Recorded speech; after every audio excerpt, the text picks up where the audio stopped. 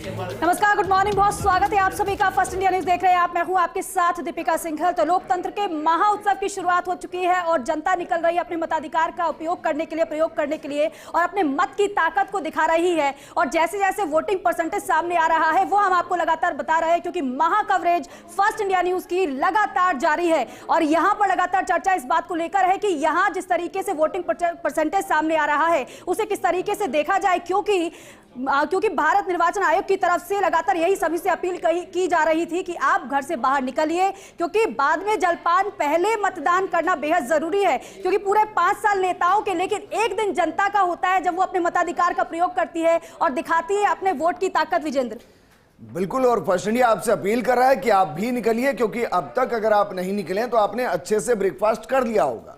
अब जाइए और वोट करके आइए। इस मुद्दे पर बात करने के लिए बेहद खास पैनल हमारे साथ मौजूद है, क्योंकि 12 सीटों पर वोटिंग लगातार चल रही है। और कांग्रेस से हमारे साथ कांग्रेस प्रवक्ता आरसी चौधरी जी हैं, बीजेपी से पंकज मीणा जी हैं, इसके साथ हमारे साथ एसोसिएट एडिटर पंकज सोनी जी और ब्यूरो चीफ नरेश शर्मा जी हैं। आरसी जी, शुरुआत आपके साथ, क्योंकि 12 सीटों पर आप के कार्यकर्ता कितने चार्ज और कितने एक्टिव किए गए, क्योंकि अगर आपको क्लीन स्वीप को रोकना है तो कार्यकर्ताओं के जरिए ही मुमकिन है, उसको कैसे रणनीति के तहत काम किया? विजेंद्र जी, लोकतंत्र के अंदर जनता जनार्दन होती है। क्लीन स्वीप नहीं, क्लीन बोर्ड करने के लिए जनता जनार्दन तैयार है। कांग्रेस का कार्यकर्ता कांग्रेस पार्टी की जो 5 न्याय है, 25 गारंटी है, उसको लेके हर मतदाता के पास में दस्तक दिए हमने। और तमाम आप जैसे जो मीडिया संस्थान के लोग हैं उन्होंने अपील की है कि मेरा वोट मेरा भविष्य। आपके मतदान के अंदर आपके मुद्दे होने चाहिए।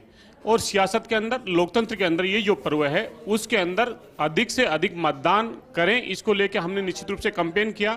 वोट की मैपिंग की, वोट को मतदान केंद्र तक पहुंचाना, वोट को वहां तक ले जाना और देश के मुद्दों के बारे में चर्चा करना। इसको लेके कांग्रेस के कार्यकर्ताओं ने, जो हमारा बूथ का अध्यक्ष है, जो हमारा वार्ड का अध्यक्ष है, मंडल का अध्यक्ष है, ब्लॉक का अध्यक्ष है, पूरी जो कार्यकारिणी ने लगातार इसके ऊपर गहरा काम किया है। और हम ये उम्मीद करते हैं कि ये जो लोकतंत्र का पर्व है, इस पर्व के अंदर जनता अपने मुद्दों को चुनेगी।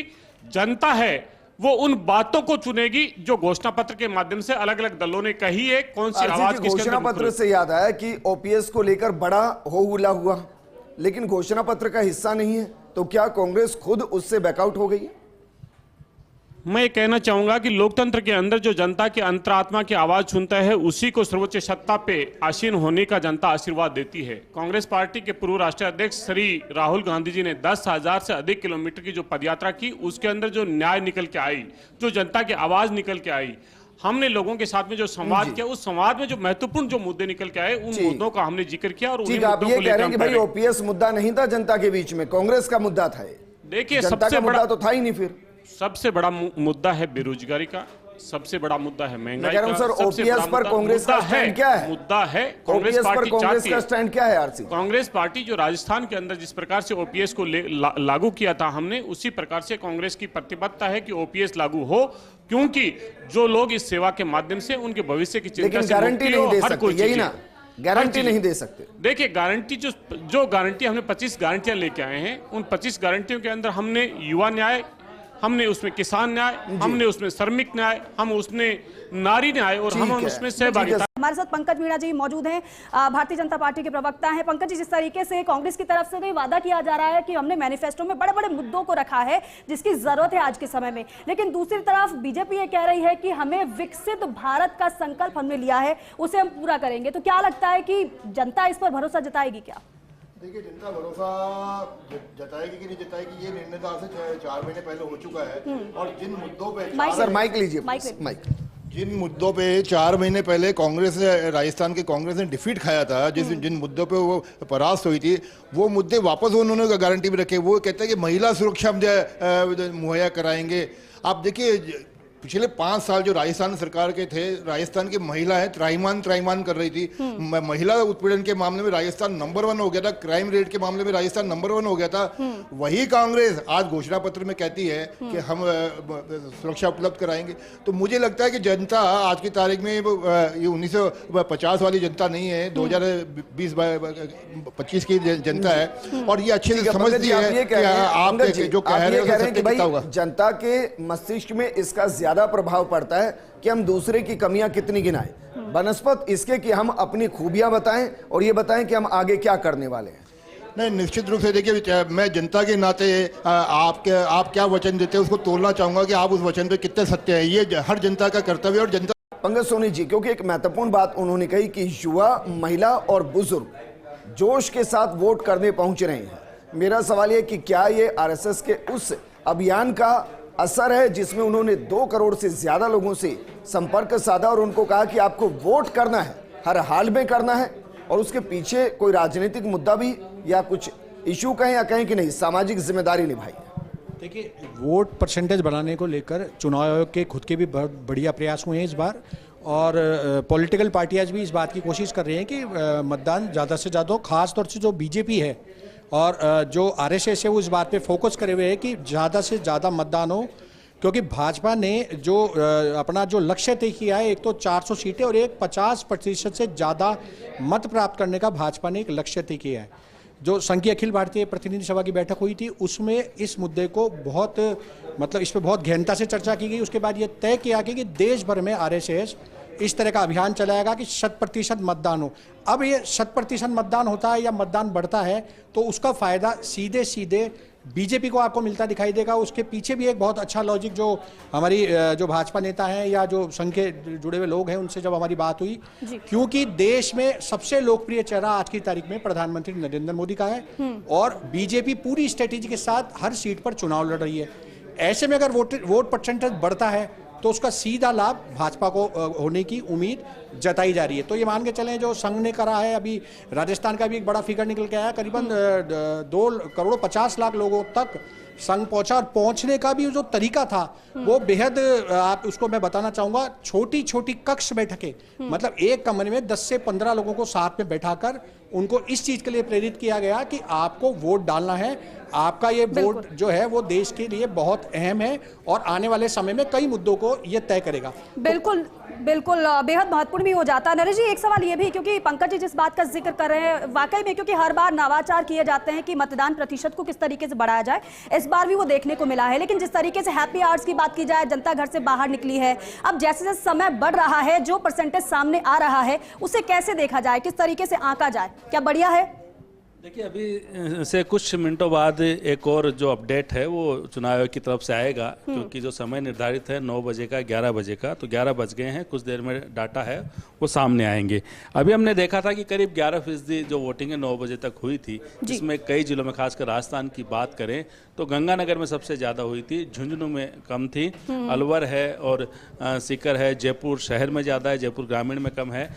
तो ये जहाँ पे कब ज़्यादा थोड़ी बहुत होगी, लेकिन ये कहीं ना कहीं तमाम जो प्रयास है उनका नतीजा है। हैप्पी आवर्स की आपने बात की है तो लोगों में बिल्कुल उत्साह होता है और ये उत्साह अभी भी बरकरार है। तो कम से कम जो हमने शुरू में कहा था कि 11 बजे तक जो समय होता है उसमें लोगों में सबसे ज़्यादा उत्साह रहता है वोटिंग करने का। मौसम अच्छा होता है, सुबह सुबह कार्यकर्ता है वो भी लगे रहते हैं कि कैसे भी वोट है वो घरों से निकाल के लाएं। उसके बाद एक वो तबका ऐसा होता है जो खासकर जो ग्रामीण इलाकों की बात कर ले, वो ऐसा तबका है कि वो घर के काम निपटा के, खासकर महिलाओं की बात करें अन्य उनसे जुड़े, वो घर का काम निपटा के फिर वोट डालने के लिए आते हैं। और उसके बाद जो हम 4 बजे के बाद की जो पोलिंग देखेंगे वो आपको एकदम से उसका ग्राफ बढ़ा हुआ मिलेगा, क्योंकि वो समय होता है जब एक बार फिर से तमाम जो कार्यकर्ता है पार्टियों के वो और खुद का जो लोगों का उत्साह है वो ये लगा रहता है कि हाँ अब हमें ठंडक वो भी डालना थोड़ी सी बढ़ने लगती है, उसका बिल्कुल फर्क पड़ता है, सपन होती है वो भी कम होती है। हमारे साथ बीजेपी से लक्ष्मीकांत पारिक जी जुड़ गए हैं और कांग्रेस से सीबी यादव जी जुड़ गए हैं। लक्ष्मीकांत पारिक जी, बहुत से तो मुद्दे ऐसे हैं जो राष्ट्रीय मुद्दे हैं, लेकिन सांसद तो राजस्थान की जनता चुन रही है, तो राजस्थान के वो कौन कौन से मुद्दे रहे जिस पर वोट मांगे जा रहे हैं? देखिए, राजस्थान के अंदर जिस प्रकार से भारतीय जनता पार्टी बजला सरकार बनने के बाद राजस्थान की कानून व्यवस्था की से सुधार किया गया, पेपर लीक के माध्यम से सैकड़ों लोगों को पकड़ा गया, और ARCP हो या यमुनानगर समझौता हो, जो भागीरथी प्रयास माननीय भजनलाल जी किए इस अल्प समय में, मैं समझता हूँ राजस्थान के इतिहास में ऐतिहासिक निर्णय रहे। सर, इस पर तो विधानसभा के अगले चुनाव में वोट मांगेंगे ना, अभी जो वोट मांग रहे हो किस आधार पर? आपने कहा राजस्थान क्या काम किया आपने, हमारा मुख्य रूप से मानना है कि मोदी जी का काम हम सब ने देखा है, मोदी जी काम के आधार पर वोट मांगने जा रहे हैं, जो मैंने आपको पहले कहा था। यदि हम बात करें किसानों को किसान नहीं देने की बात की हो, या शौचालय घर घर देने की बात की हो, या लाखों लाखों लोगों को प्रधानमंत्री आवास योजना के माध्यम से छत देने का काम किया हो, या जनधन खातों के माध्यम से लाखों लाखों लोगों को लाभ पहुंचाने का काम किया हो, मैं समझता हूँ कि आज़ाद भारत के इतिहास से मोदी जी सरकार जी इस प्रकार से काम किए हैं। सर, वो काम मैं पूछ रहा हूँ जो करेंगे, भाई वोट तो भविष्य के लिए मांगे जा रहे हैं। फिर तो आपको फिर हमारे मैनिफेस्टो पे जो बातें आई है संपूर्ण रूप से, मैं राजस्थान की बात कर रहा हूँ कि राजस्थान के लिए बड़ी घोषणाएं क्या हैं जिनके आधार पर चुनाव वोट मांगे? देखिए, राजस्थान पर जिस प्रकार की हमने बात की है, हम राजस्थान के युवाओं को, राजस्थान के किसान को, राजस्थान की महिलाओं को संबल और सम्मान देने का काम किया है। हमारा मानना है इसी तौर पर कि राजस्थान के पर्यटन के क्षेत्र में बहुत बड़ी संभावना है, उन सबको लेकर हम काम करने जा रहे हैं। मैंने कहा सौर ऊर्जा का माध्यम जो सबसे बड़ा विषय रहा है, राजस्थान प्रधानमंत्री जी का है कि 0 बिजली का बिल आएगा, वह भी राजस्थान से उदय होता है। तो मैं इसी तौर पर मानना है कि राजस्थान इस बार के लोकसभा चुनाव के बाद ऐतिहासिक करवट लेगा, और मैं समझता हूँ राजस्थान शायद देश का सबसे बड़ा राज्य तो यही है, सबसे सिरमौर राज्य भी होगा। बिल्कुल, आप ये कह रहे हैं कि मोदी का नाम और मोदी के काम पर जनता विश्वास जताने जा रही है, लेकिन सीबी यादव जी, यहाँ पर भारतीय जनता पार्टी पूरे कॉन्फिडेंस में नजर आ रही है कि जो मोदी ने काम किया है, मोदी सरकार के द्वारा जो काम किए गए हैं वो बढ़िया हैं, लेकिन कांग्रेस इस बार काफी ज्यादा ये कह रही है कि हम भी आत्मविश्वास में है कि वो ये, क्योंकि हम मुद्दे जिस तरीके से गिना रहे हैं, जनता से सरोकार है उसका और जनता उन मुद्दों से प्रभावित है, तो क्या आप जिस मजबूती की बात कर रहे हैं, क्या वो वाकई में धरातल पर काम करेगा? दीपिका जी, अगर पहले तो कॉन्फिडेंस होता ना, तो हमारे नकारा और भ्रष्ट नेताओं को लेकर के ये अपनी पार्टी को डस्टबिन पार्टी नहीं बनाते, और अगर कॉन्फिडेंस ही होता ना तो ये आप तालियां बजाइए खुद के लिए, एक बार खुद तालियां बजाइए, क्योंकि जो आपके सबसे कर्मठ कार्यकर्ता थे, जिनको आपने बड़ी बड़ी जिम्मेदारियां दी, वो दूसरी पार्टी में जाते आपकी नजर में नहीं, उनकी नजर में, उनकी नजर में जिन पे मैं आपको नाम गिनाता हूं, जिनको उन्होंने सबसे बड़ा भ्रष्टाचारी बताया, चाहे वो अजीत पवार हो, चाहे प्रफुल्ल पटेल हो, चाहे आपने बोला आपकी पार्टी भ्रष्टाचारी पार्टी है, मानते हो ना इस बात को? आपने बोला, अरे साधुवाद देता हूं आपको, तो क्या आप मान रहे कि आपकी पार्टी भ्रष्टाचारी पार्टी है? फिर आप बात ही आपके बीच में हमने बोला नहीं। जब हमारे पास आ जाए, बोल लीजिए, हमारे पास आ जाए तो आप कहते हो डस्टबिन लाए गए, और आपके पास तो सिरमौर थे आपके। कैसी बातें करते हो, विवेकहीन बातें करते हो ना आप लोग। यही तो आपका, यही आपका संकट है, कांग्रेस संकट यही है कि आप कांग्रेस संकट यही है कि आप क्या है कि आत्मविश्वास नहीं करते। आपकी बात खत्म हो जाए तो बता दीजिए, आपकी बात खत्म होगी। अरे बात खत्म होती है, आप बेतुकी और बेवकूफ बोल रहे हो। अरे हम बोलेंगे नहीं क्या? आप क्या चाहते हो? हम चुनाव भी नहीं लड़े, हम बोले भी नहीं। चुनाव नहीं लड़ रहे क्या? नहीं, आप क्या चाहते हो? अच्छी बात क्या चाहते हो? बहुत अच्छी बात है, चुनाव नहीं लड़ रहे, जनता सुन ले, चुनाव नहीं लड़ रहे। वित्त मंत्री निर्मला सीतारमण जी के हस्बैंड कह रहे हैं ये बात कि आपकी पार्टी सबसे भ्रष्ट, दुनिया का सबसे भ्रष्टाचार जो किया है वो नरेंद्र मोदी जी ने किसने कहा? भ्रष्टाचार में निर्मला सीतारमण सोनिया गांधी जी सुप्रीम कोर्ट कह रहा है कि इस देश को बचा लो, इस लोकतंत्र को बचा लो। किसने कहा ये बात? भ्रष्टाचार की बात आप कह रहे हैं, अगर वाकई में भ्रष्टाचार जहां पर हुआ है तो जनता कर रही है ना मतदान, जनता बता देगी। हाँ, तो मैं यही तो कर रहा हूँ, जनता बताएगी।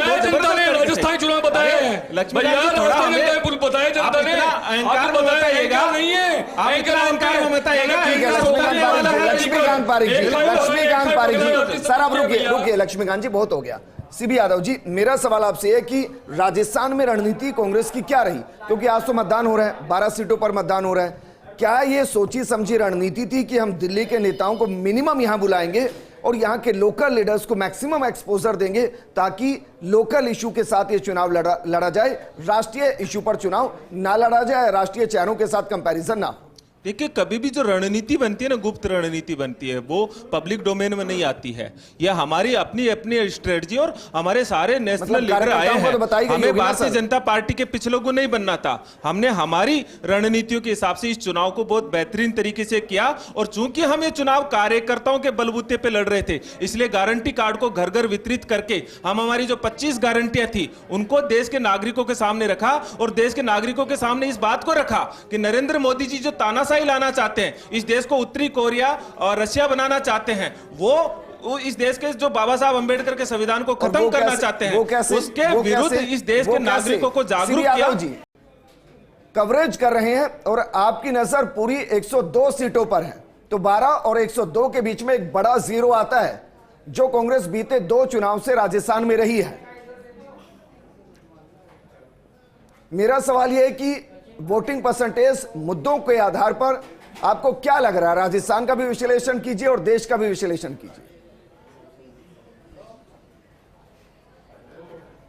देखिए 102 सीटें जो हैं चुनाव की, 21 राज्य हैं और ये फेज ये तय करेगा चाहे विपक्ष के लिए चाहे पक्ष के लिए कि आंकड़ों का गेम क्या होने वाला है, क्योंकि पूरा चुनाव आंकड़ों पे सीमित रह गया है। हम बात हार जीत की कर ही नहीं रहे, हम बात ये कर रहे हैं कि क्या 370 400 पार होगा क्या।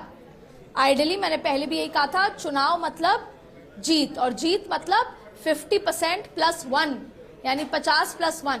तो हम 272 की तो बात ही नहीं करते।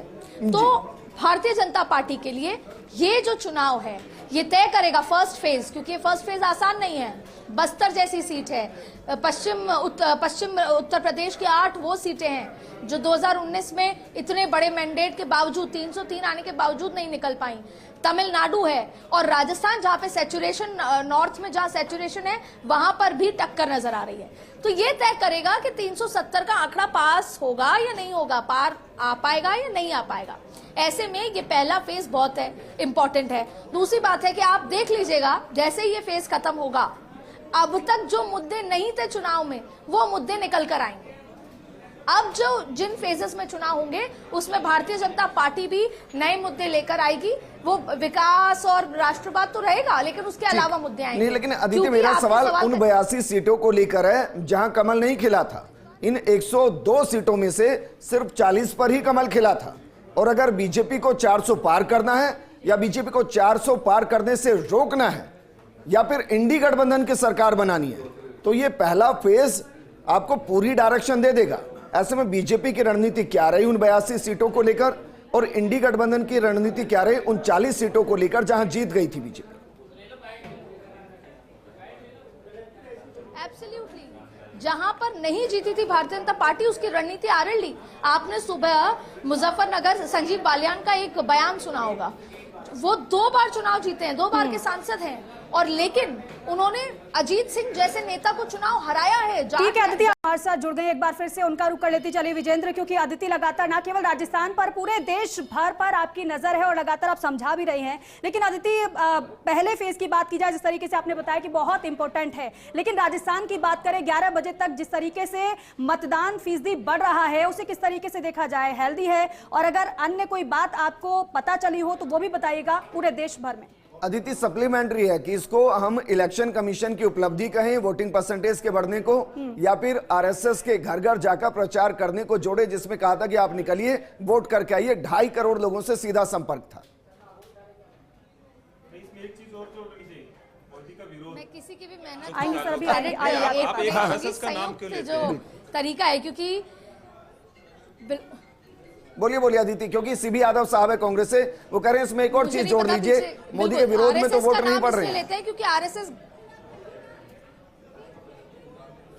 बिल्कुल, देखिए जो सरकार है वो हमेशा चाहेगी, हालांकि हमेशा ही माना जाता है कि अगर बड़ा वोट, अगर परसेंटेज बहुत बढ़कर आता है तो वो सरकार के खिलाफ आता है। लेकिन अब पिछले 2 या 3 बार के पैटर्न को आप देखेंगे, 2 बार के लोकसभा के, कि सरकार जो है चाहती है कि ज्यादा से ज्यादा लोग वोट करें। कहीं ना कहीं वो उसको अपने फेवर में मानती है। सबके अलग अलग आकलन हो सकते हैं कि बहुत भारी भरकम वोटिंग हो रही है। आप देखिए, हम साउथ को एक ज्यादा मानते हैं कि वहां पे लिटरेसी रेट ज्यादा है, वहां पे वोटिंग परसेंटेज ज्यादा होता है। तमिलनाडु में 11 बजे तक 23% से ज्यादा हो चुका है, वहीं लक्षद्वीप में 16.5% हो चुका है।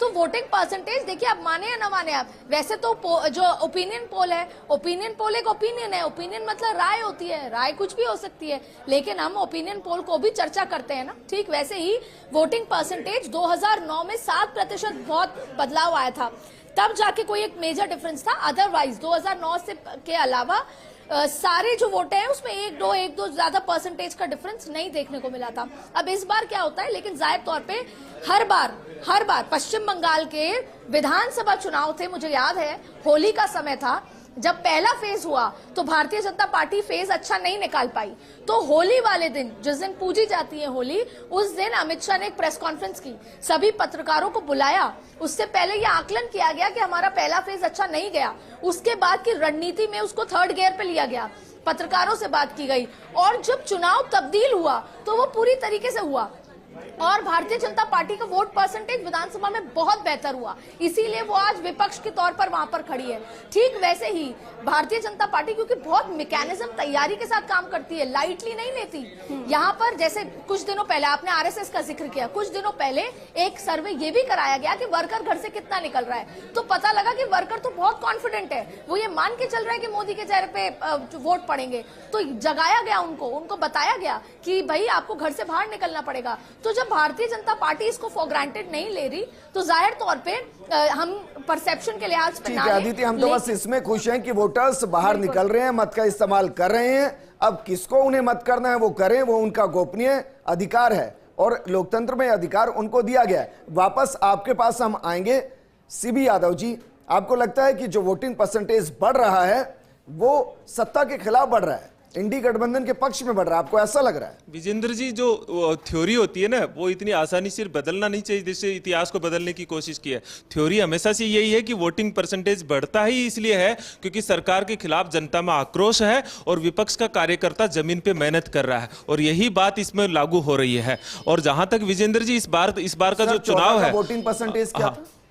क्या 2014 का वोटिंग परसेंटेज क्या था? देखिए, आप तो ऐसी बातें करने लग जाते हो। मैं कई बार विजेंद्र जी, एक बार नहीं, कंटिन्यू देख रहा हूँ।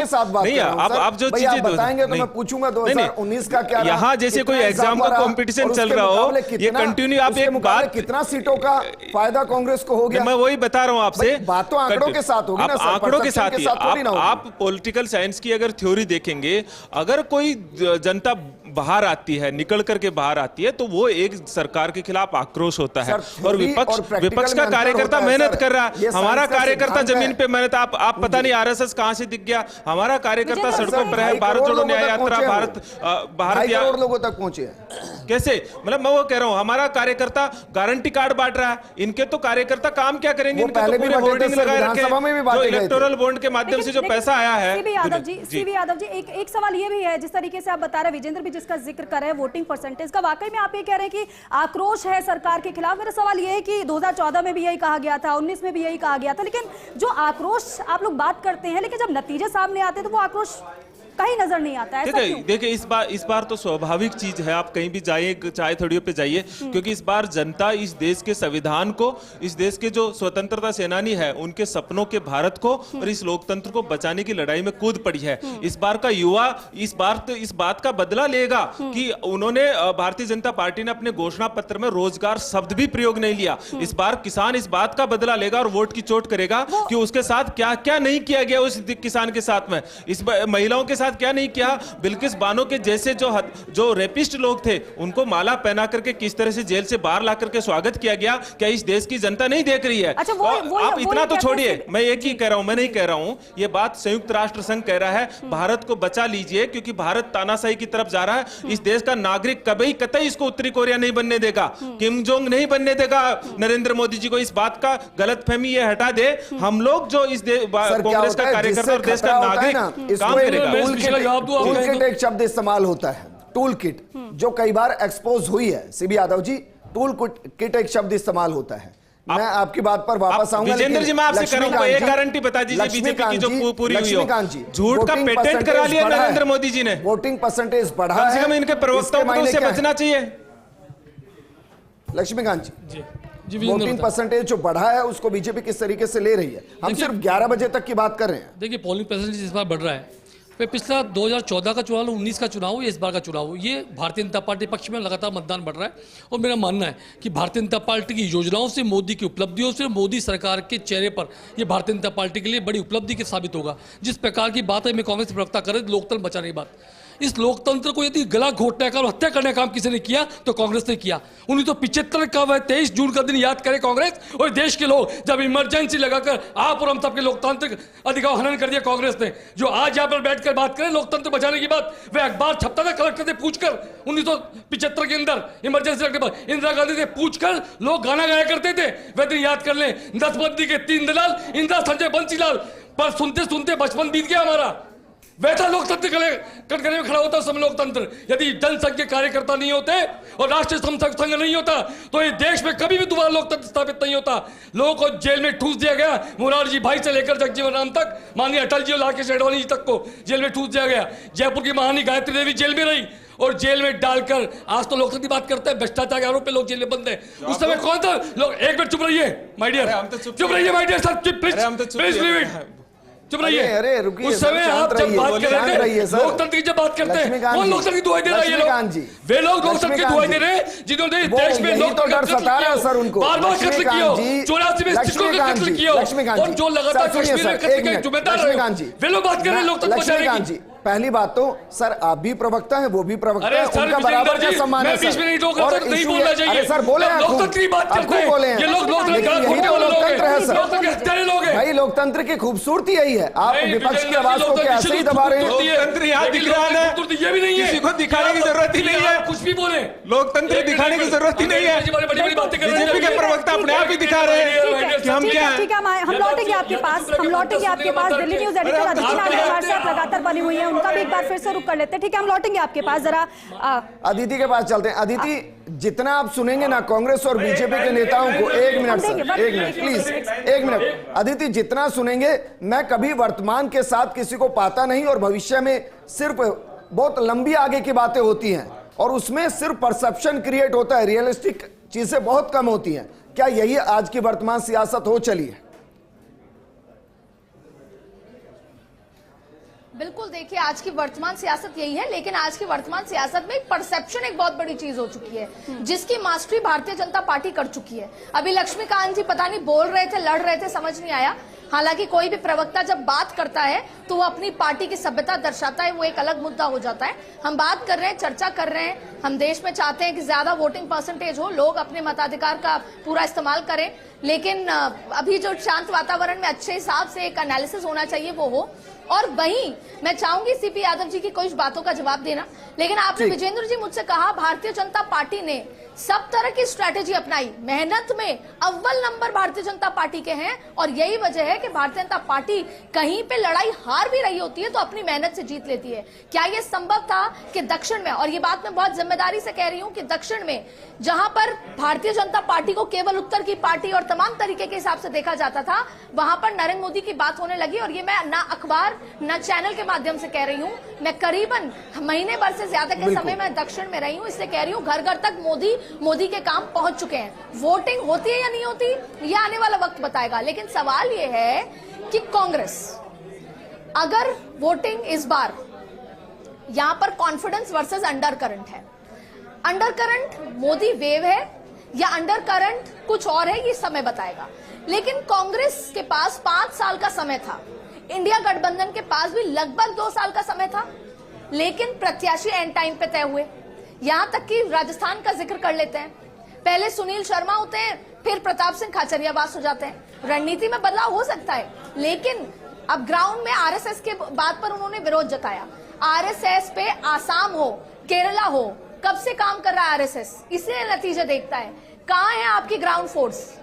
आपकी जमीन पे फोर्स नहीं है। और ये बात भी मैं जिम्मेदारी से इसलिए कह सकती हूँ क्योंकि मैं आधे भारत से ज्यादा होके आ चुकी हूँ। मुझे जमीन पर ना तो इंडिया गठबंधन का ना कांग्रेस का कोई अदिति, राजस्थान की स्थिति तो ये कि जमीन पर कांग्रेस के बड़े लीडर भी नहीं थे दिल्ली के, अब उसकी एक अलग रणनीति हो सकती है। बिल्कुल, पर इसमें एक लाइन ये भी जोड़ना चाहूंगी कि इस बार राजस्थान में आयरनी ये है, मैं प्रत्याशियों को इतना तय होने के बाद भी प्रत्याशी एंड में अनाउंस किए गए। ये बात अलग है कि यहाँ पर जो 5-7 सीटों पर टक्कर बताई जा रही है, ओवरऑल 7-8-10 सीटों पर, अगर 25 सीटों की बात करें और आज की 12 सीटों में 5 सीटों पे, यहाँ पर एक जो फ्लॉ है ये है कि वसुंधरा राजे आपको फील्ड में नहीं दिख रही, लेकिन सचिन पायलट इस बार विधानसभा से ज्यादा एक्टिव नजर आ रहे हैं। अशोक गहलोत भले ही अपने बेटे के इलाके में है लेकिन दूसरी जगह भी जा रहे हैं।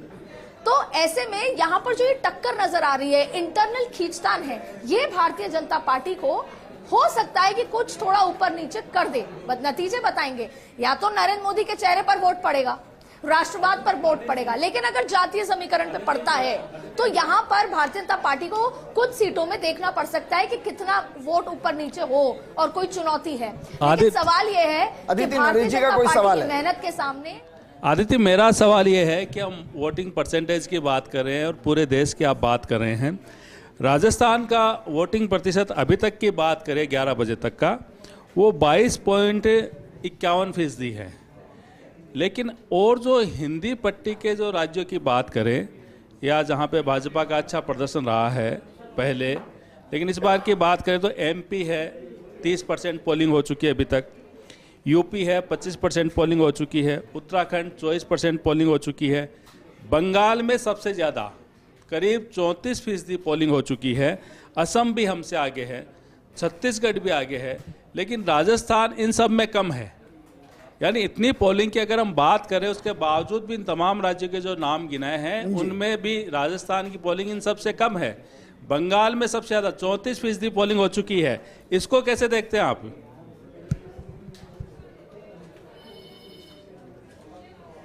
इसको दो उदाहरण के साथ मैं बताऊंगी। हम मूवी देखने जाते हैं या कोई मूवी आने वाली होती है तो नरेश जी, आप और मैं क्या चर्चा करेंगे कि यार कौन है इसमें, स्टार कौन है। अगर कोई स्टारडम बड़ा एक्टर है तो हम उसे देखने जाते हैं, लेकिन अगर कोई ऐसा ही हो तो सोचते हैं नेटफ्लिक्स पे आ जाएगी, देख लेंगे, समझ लेंगे। तो ये स्टारडम जो है ये बहुत इंपॉर्टेंट है और इसको कोई भी, हमारे यहाँ पर भाजपा के भाई भी बैठे हैं, कांग्रेस के भाई भी बैठे हैं। अदिति, अब हम कहेंगे कि फर्स्ट इंडिया प्लस पर आ जाएगी, वहां हम देख लेंगे। अब ब्रेक के बाद हम वापस लौटेंगे क्योंकि अब फर्स्ट इंडिया का खुद का एक डिजिटल प्लेटफॉर्म है। एक छोटे से ब्रेक के लिए यहां रुक रहे हैं, जल्द हाजिर होंगे।